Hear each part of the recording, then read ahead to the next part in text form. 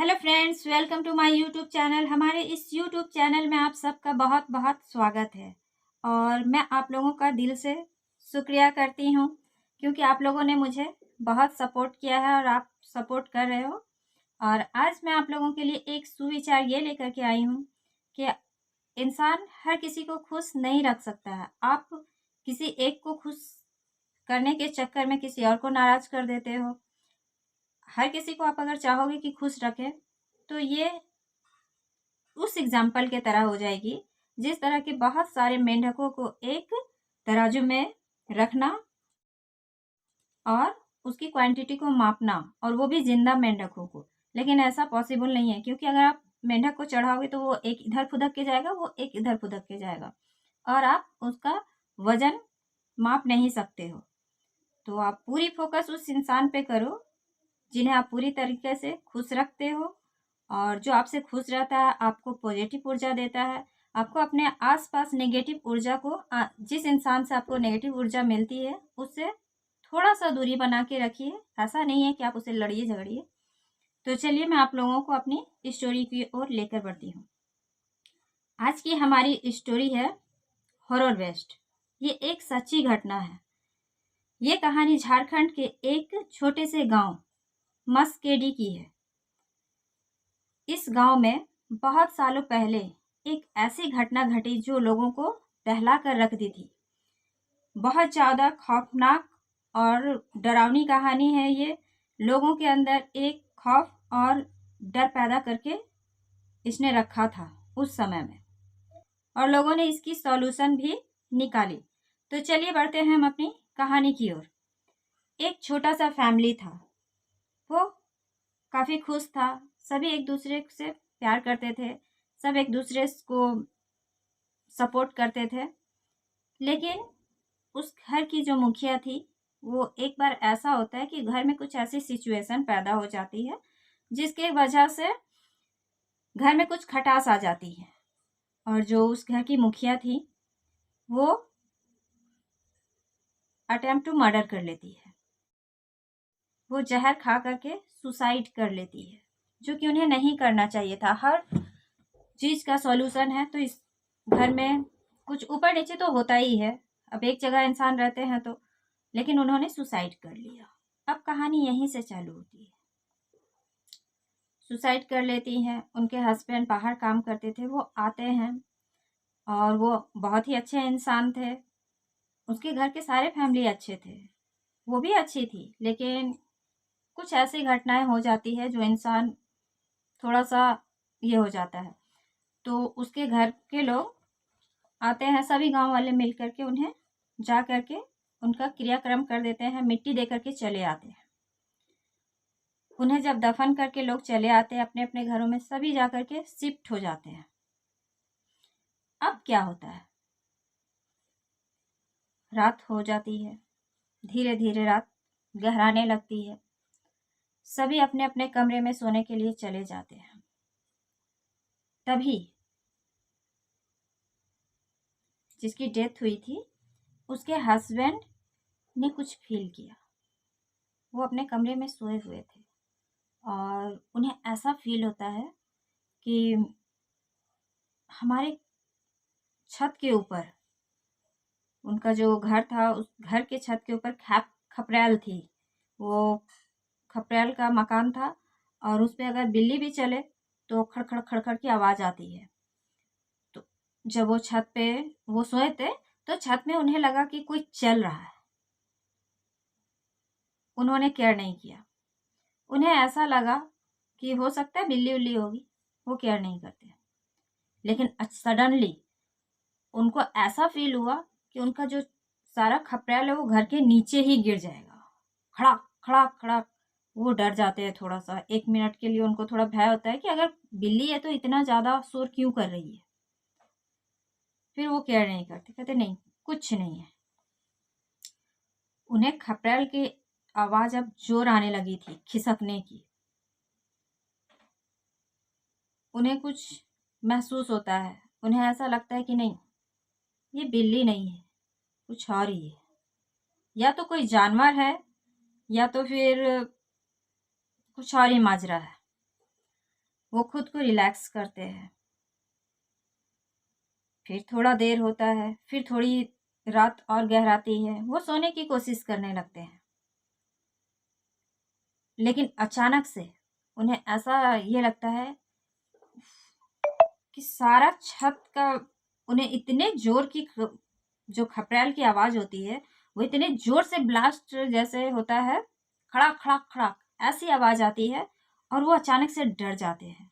उन्हें ऐसा लगता है कि नहीं, कुछ गलत हो रहा है, कुछ तो है। वो थोड़े डरे सहमे से हो जाते हैं कि अचानक इतनी रात में ऐसा क्यों लग रहा है कि पूरा छत जो है वो हमारे ऊपर ही गिर जाएगा। वो थोड़ा रिलैक्स करते हैं और सोने की कोशिश करते हैं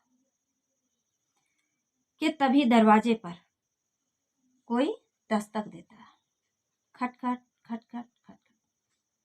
वो सोचते हैं कि हो सकता है बेटा हो, वो अपने कुछ ज़रूरत पड़ी हो, या फिर उसने भी ये आवाज़ सुनी हो, इसलिए वो आया है यहाँ पे।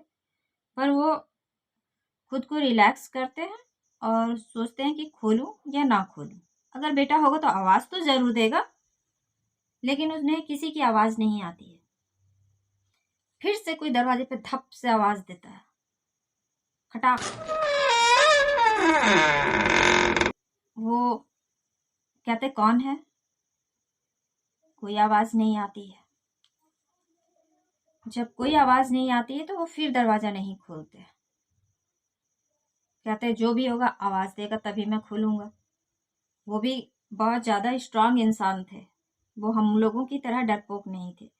वो सोचते कि नहीं, जब तक आवाज़ नहीं आएगी मैं खोलूँगा नहीं, क्योंकि अब उन्हें थोड़ा अंदर से फील हो चुका था कि ये कुछ और ही माजरा है। वो जाते हैं,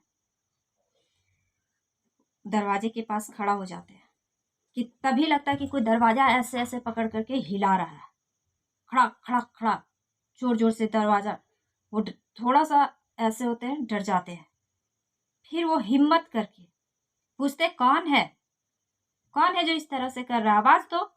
लेकिन किसी ने आवाज़ नहीं दी। वो तभी सडनली दरवाज़ा खोल देते हैं। कहते हैं आज मैं देख के ही रहूँगा कि कौन है, किसमें इतनी हिम्मत है जो आज के दिन मुझे परेशान कर रहा है। अभी आज ही मैं, उन्हें फील होता है कि आज मैं अपनी बीवी को दफन करके आया हूँ, मेरी बीवी की मौत हो चुकी है और मेरे घर में ऐसे कोई शरारती बच्चा भी नहीं, फिर मुझे परेशान कौन कर रहा है। वो खोल देते हैं। ऐसे उन्हें शक हो गया था, अंदर से वो डर चुके थे कि नहीं, कुछ ना कुछ तो है। वो जैसे ही दरवाज़ा खोलते हैं, इधर उधर देखते अपने बेटे के कमरे में, उन्हें कहीं कुछ नज़र नहीं आता है।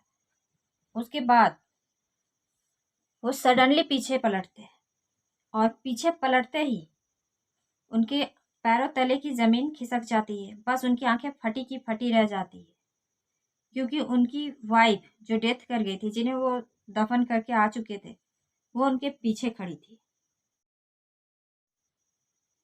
उनका एक्सपीरियंस ऐसे था, उनकी आंखें खुली की खुली रह जाती है और वो ये सोचने लगते हैं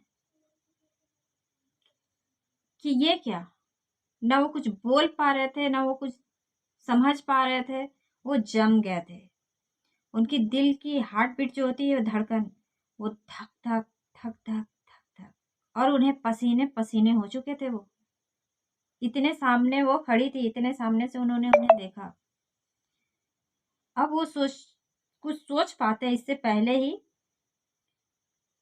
वो गायब हो जाती है उनकी आंखों के सामने से।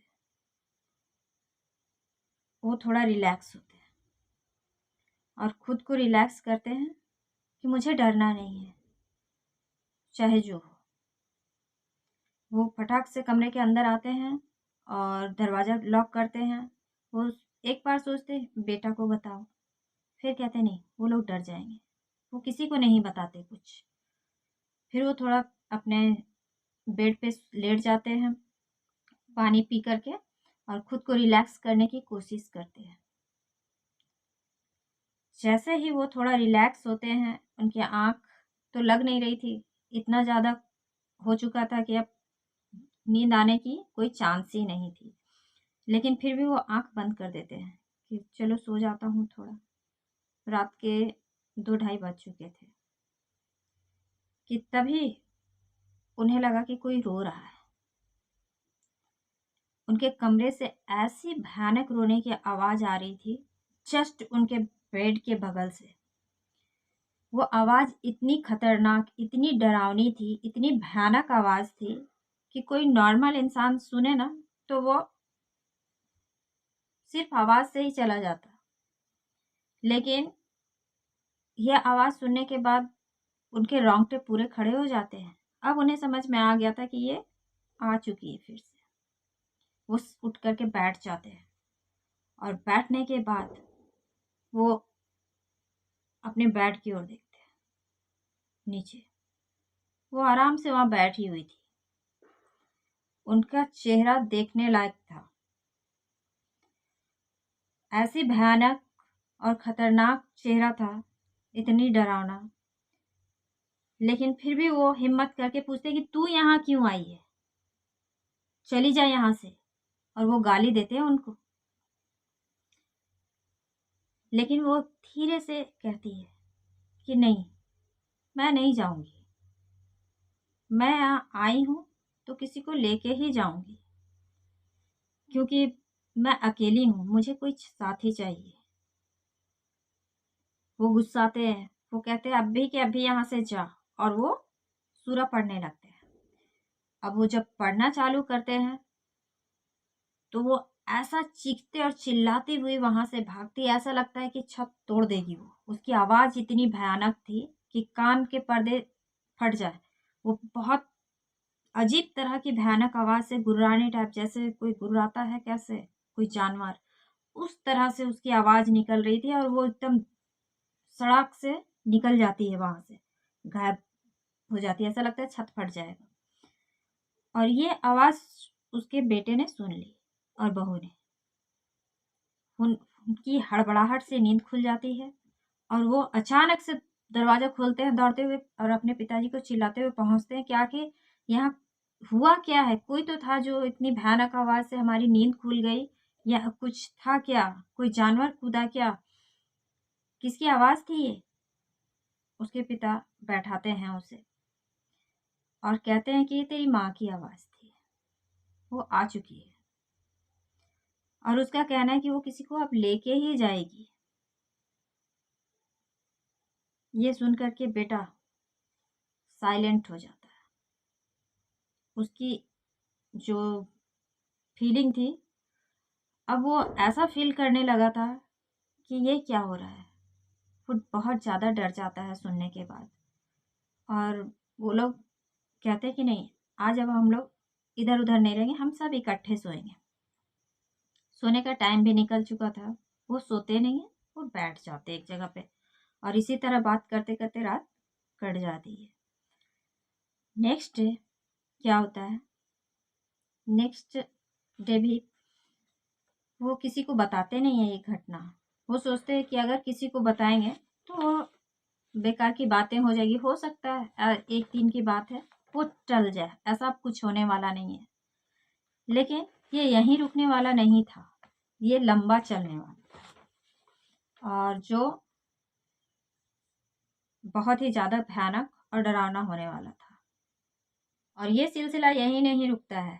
नेक्स्ट डे इससे और भी ज़्यादा खतरनाक होने वाला होता है, जो मैं इसके अगले पार्ट में बताऊंगी। Thank you.